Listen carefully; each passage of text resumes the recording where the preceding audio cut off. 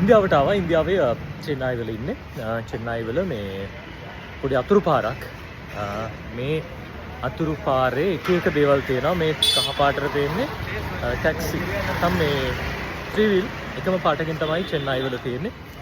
සරචුට්ටක් කාලා පොට්ටක් තිබ්බලේකුත් ඇවිත් තියෙනවා. ඉතින් මේ ඒක වුණත් මේ පාරේ ඇවිදගෙන යනකොට මට දැනෙච්ච දෙයක් තමයි මේ දැන් ලංකාවේ නම් සාමාන්‍යයෙන් ටිකක් ප්‍රධාන නගරික පාරක් කියන්නේ පිරිසිදුකම දැන් ටිකක් තියෙනවා.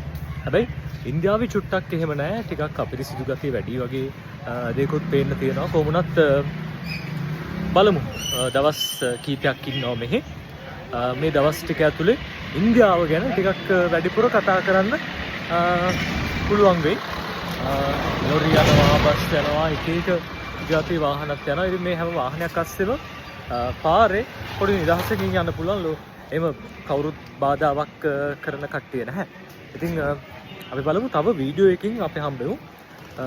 මේ ඉන්දියාවේ චෙන්නයි වල තියෙන ලස්සන වගේ අවලස්සන දේවලුත් අපිට කතා කරන්න පුළුවන් වෙයි. ඉතින් එන්න.